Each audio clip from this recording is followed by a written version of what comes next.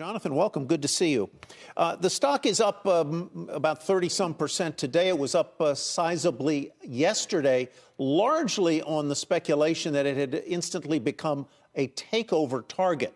Does the fact that there is now a new CEO with considerable experience in the digital world at both Spotify and Netflix, does that make the takeover talk abate, go away permanently?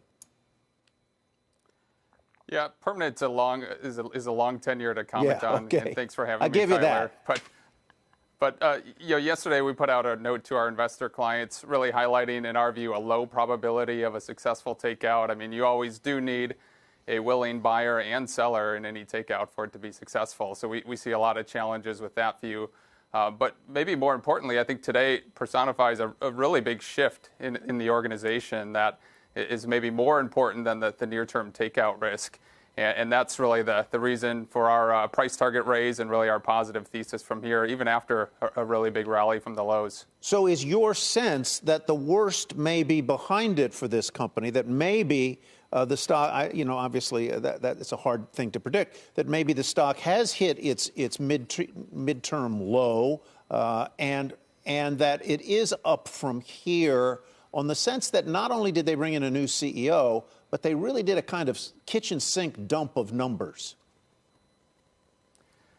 Well, that's right to a certain extent. And if you look, I think the biggest risk coming into this report was not acting with enough urgency. We've really highlighted over the last few weeks the urgency which the company needed to shift to a profitability focused. And for a company that's founder-led and a very confident founder in that matter, and it was really important to see this shift and the willingness to bring in outside talent, which I think could be transformational for this business, and then to take the necessary steps to reposition and really restructure the organization for current demand. So we think those are very important signs here that the company is acting with urgency. The onus is on them to deliver, but we're really encouraged with the initial signs here. I'm curious who gets credit for the restructuring. Is it the former CEO or the incoming CEO, or is it inevitably a collaboration between the two? And then my second question, I'm famous for compound questions. First song of the second act of Hamilton, Thomas Jefferson, he asked, what did I miss? What did the outgoing CEO miss? What did he miss? Yeah, great question.